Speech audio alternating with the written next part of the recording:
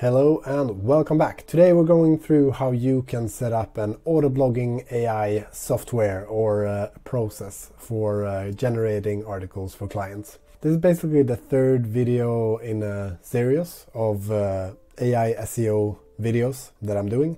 And in the first one, I just went through how to do keyword research with AI and come up with titles from it. The second one, I had a semi-manual way of populating a prompt and then generating articles.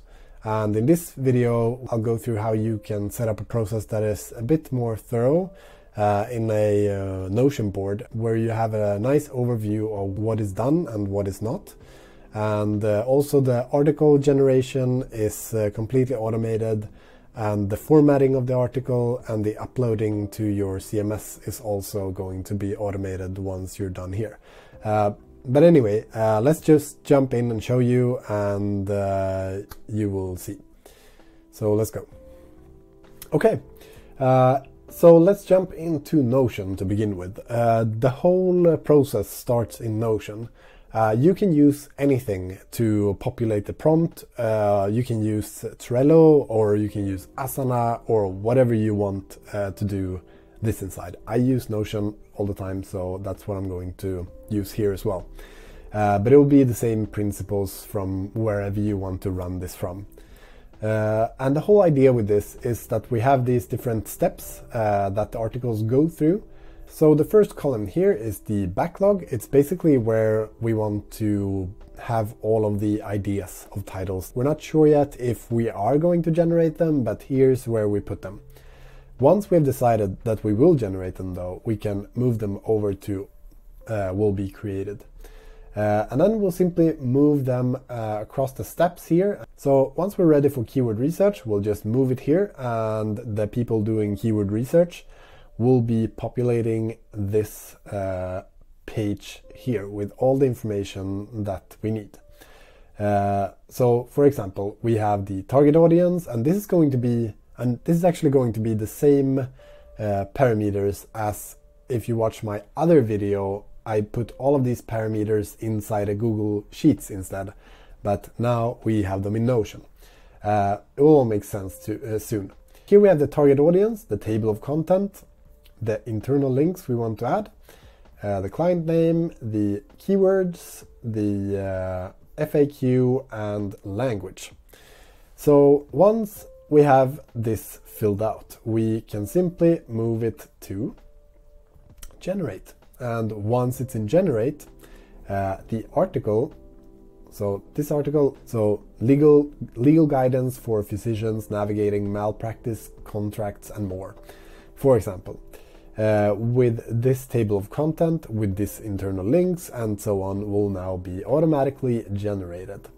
Once it is generated, it will be automatically moved to generated, and the article will be automatically uploaded to the WEBFLOW CMS. Of course, you can upload it to WordPress.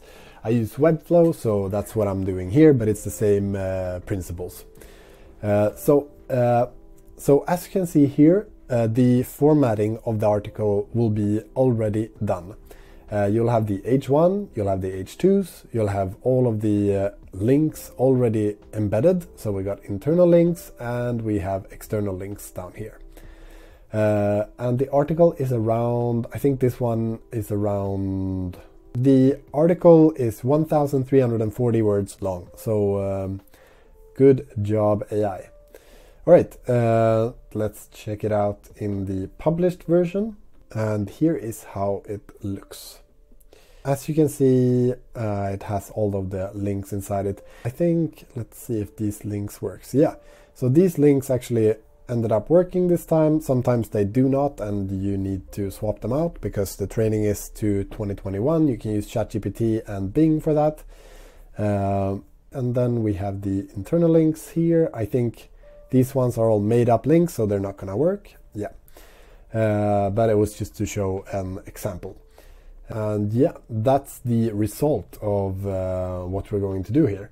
Another cool thing is you can turn this one into a table, and you could theoretically just generate hundreds of articles within a sheet and then upload it into Notion and change all of the tags to generate, and you can theoretically generate thousands of articles in a few minutes, which is pretty cool. Let's go into how to do it.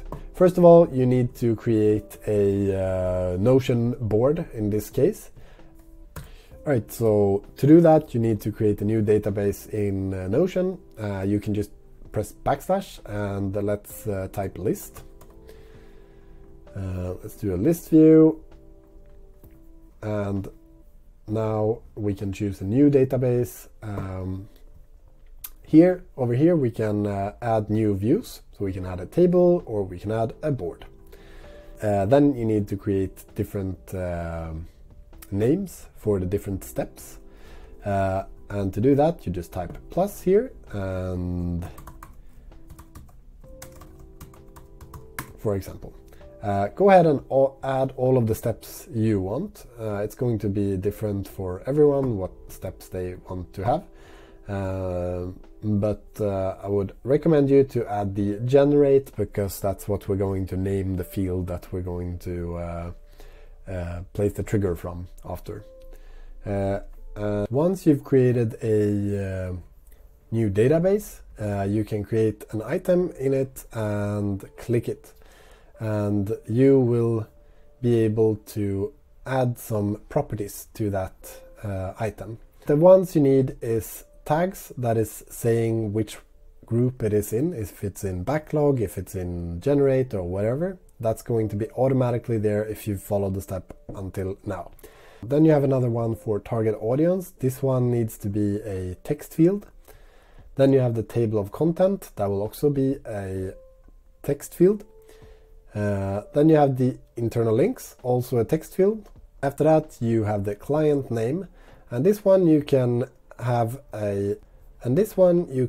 make a selector, and to do that you just add a select property here. Then we have the keywords property, the FAQ. These ones are also text. Then you have language. You can have that as text or you can have it as a toggle. I have it as a selector because I only switch between English and Swedish. Then you have the main category, and let's move over to Zapier. So once in Zapier, you just go and create a news app, and you will choose a trigger that is a Notion board, and I'll go through how you'll set that trigger up. So go ahead on the first screen here. You will choose updated database item. So the trigger will be when a new item is updated in the Notion database, basically. Then you'll go ahead and choose the account. So after that, you just choose your database inside of Notion. You'll be able to find it here in a list. You can create a test title inside of the database just to have something to be able to test from in Zapier, so go ahead and do that. Then after that you can click here on update new records, choose the latest one and continue with selected. So once you have your trigger set up, just to go through it broadly here, the trigger is set up to trigger when an item is updated inside of the Notion board.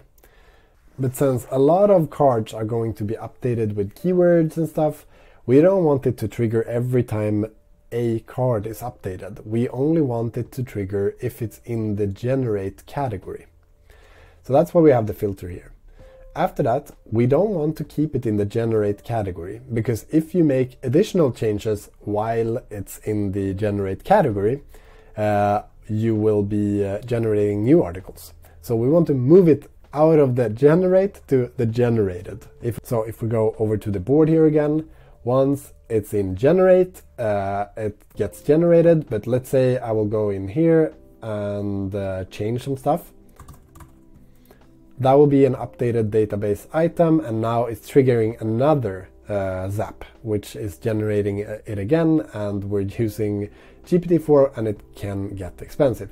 So that's why we are moving it to generated automatically as soon as it's generated, if that makes sense.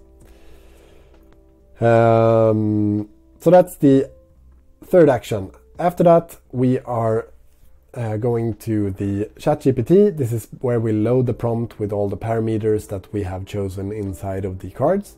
And after that, we're going to upload it into WEBFLOW.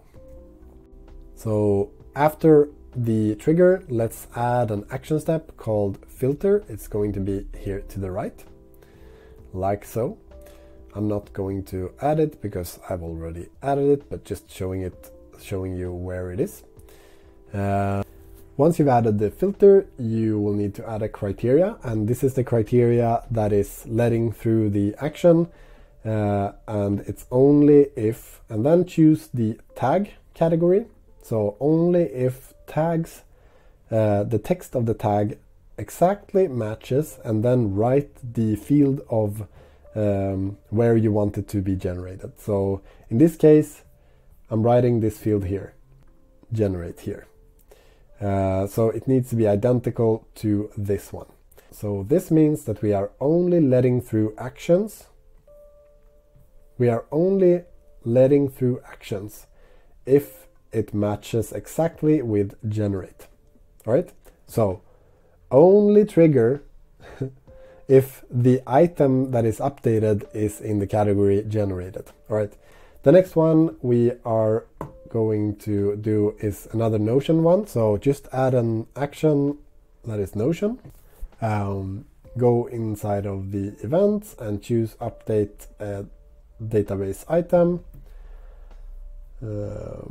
Then of course choose your account, and over at action we want to choose the database we want to update the field for. We will choose an item. This is the card that it will make changes to. Just click custom here and go into all of the categories that you have, and what you want to have as item is the page ID. That is telling Zapier which card it's going to update, and the page ID from this step. Okay. And what you want to change is tags. So the tag will be generated once. So it's gone through the filter and we're now moving it to generated. So we're moving it there so we can't regenerate. Okay. And I'll now delete this step because I've already done it. It's just to show you. Now add another one that is ChatGPT. And as the event, you need to choose conversation. Go ahead and choose the account that it's connected to. And now we want to go into the user message, the first thing we do. The user message is going to be the prompt we send into ChatGPT that is telling it all of this specific information about the article that is going to be generated. So the way it works is basically that we have some parts of the prompt that is fixed. For example, this here is always the same. And then we have all of these placeholders here. So it's telling it that it's going to write the article in HTML, that is going to be true for every article. And then the goal, you are an SEO expert, writing for, and then the client name. So we're giving it context of who it's doing this for. Then we have and then we go ahead and say your goal is to drive traffic to the company's service that targets, and then we have the target audience. In this example, it's doctors.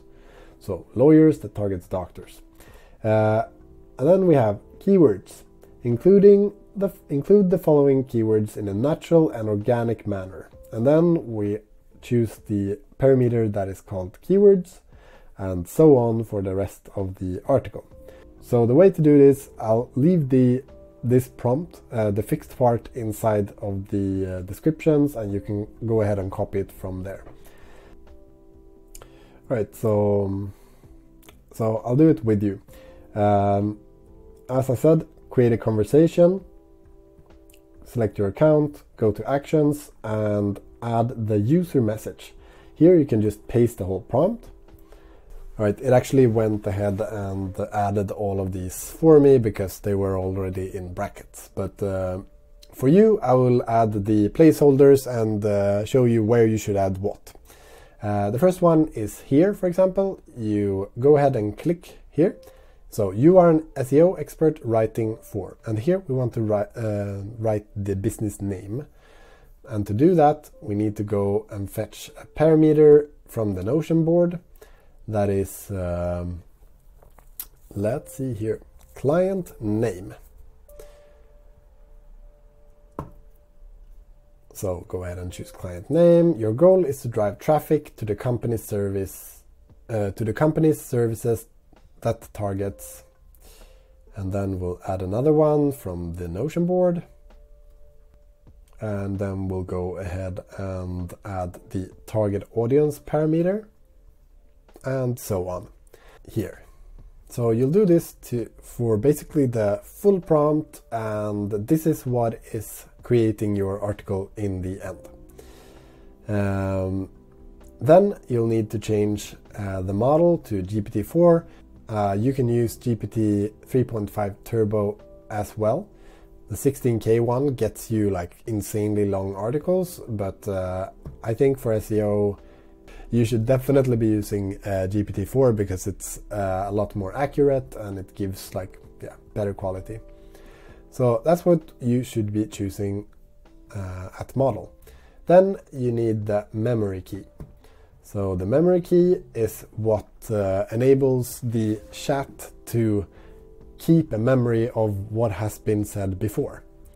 And since we are going to generate such a long article, it can't generate it in one go.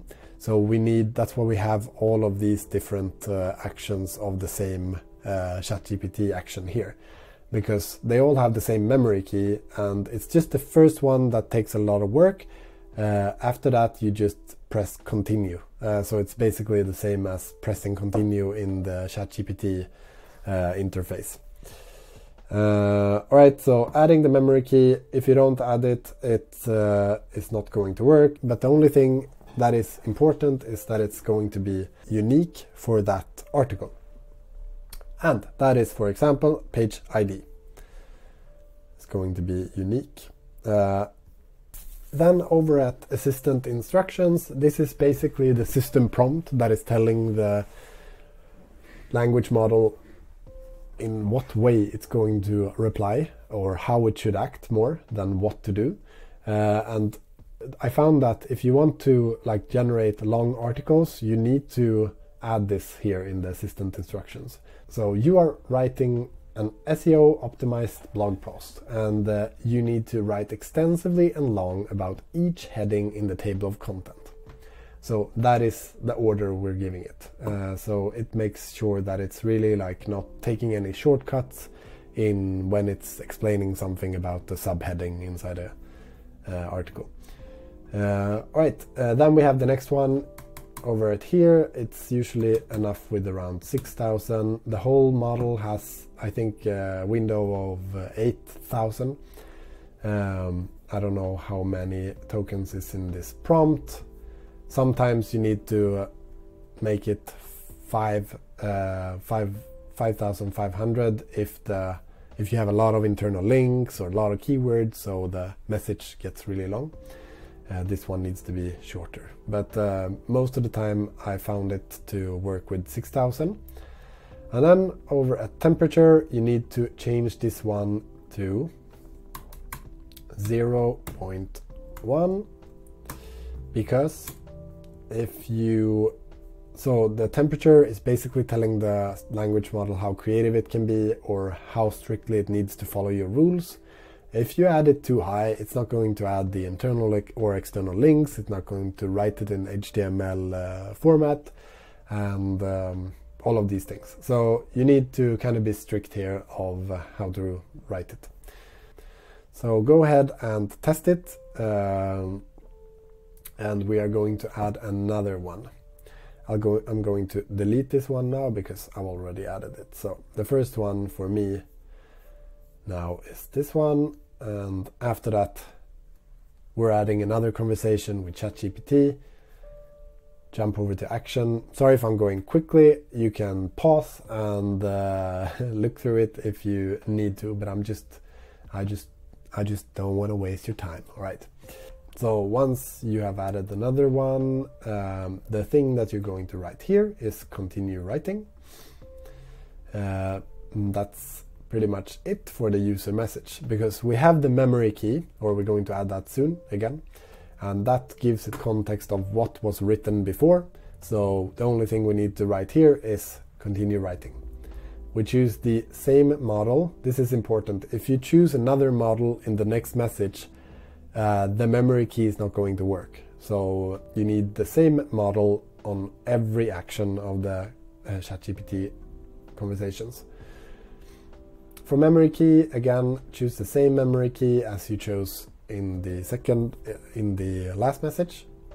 You can leave this one blank here and change tokens to 5,000. You'll have the temperature again at 0.1. That is really important. And we can go continue. I'm not going to test this one now because it costs token when I generate text. So after that, you can add another conversation, and this is because sometimes the articles become really long. If you have a really long table of content, the article can become 2,500 words sometimes. And in those cases, we need a third one. But most of the times you will just need the two ones here. So the way we are making sure that it doesn't keep continue writing if it's done is that we need to tell it that. Everything here needs to be the same, GPT-4 model, the same memory key. You can leave this one blank, max tokens 5,000 and 0.1. But the only thing that is different is this user message. So continue writing if the article is not done yet. If all the headings in the table of content is done, you can simply just write done. So if we come to this step and the whole article is written the way that was said in the first prompt, it will just say done, and it won't generate unnecessary content for us because it's expensive. All right, so we have now generated the full article, and the next step is to upload it somewhere. You can either upload it into WordPress, or you can, like me, upload it into WEBFLOW. I think most of the sites will be supported by Zapier. So go ahead and choose your one. It will be the same principles. Here you just choose the account, and as action you will just post the, of course, title where the title should be, and you will output all of these three conversations next to each other here. So the way to do it is to be in the part that you want to, that is the body of the text in the blog post. Go here and you will go to the parameter that is called reply. And you'll do that for conversation 4, 5, and 6. Let's do 5 now. And 6. All right, this will paste all of the text that is generated inside of all of these chats into the body of the blog post. And let's go ahead and test it.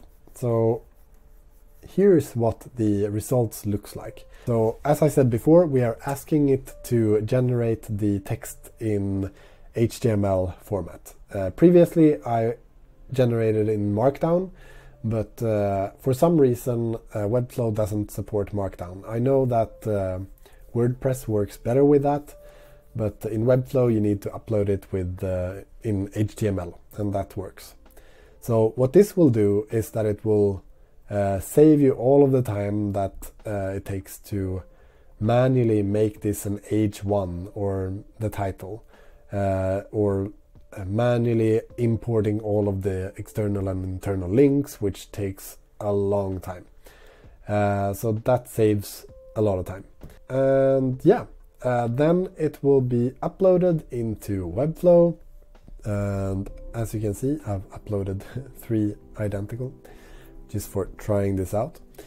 And yeah, as you can see, also it's nice and formatted. This is something that takes a lot of time if you need to go in here and format it, add links, anchor texts and everything. So yeah, once this one is published, the action runs all the way through. It will upload it into your WEBFLOW CMS, and it looks like this in the end. Alright, so that was it for this time, and I hope it gave you some value. I hope it wasn't too hard to follow. I've been a bit sick for a week now, and I'm still a bit cloudy. But anyway, and enjoy your day. Bye bye.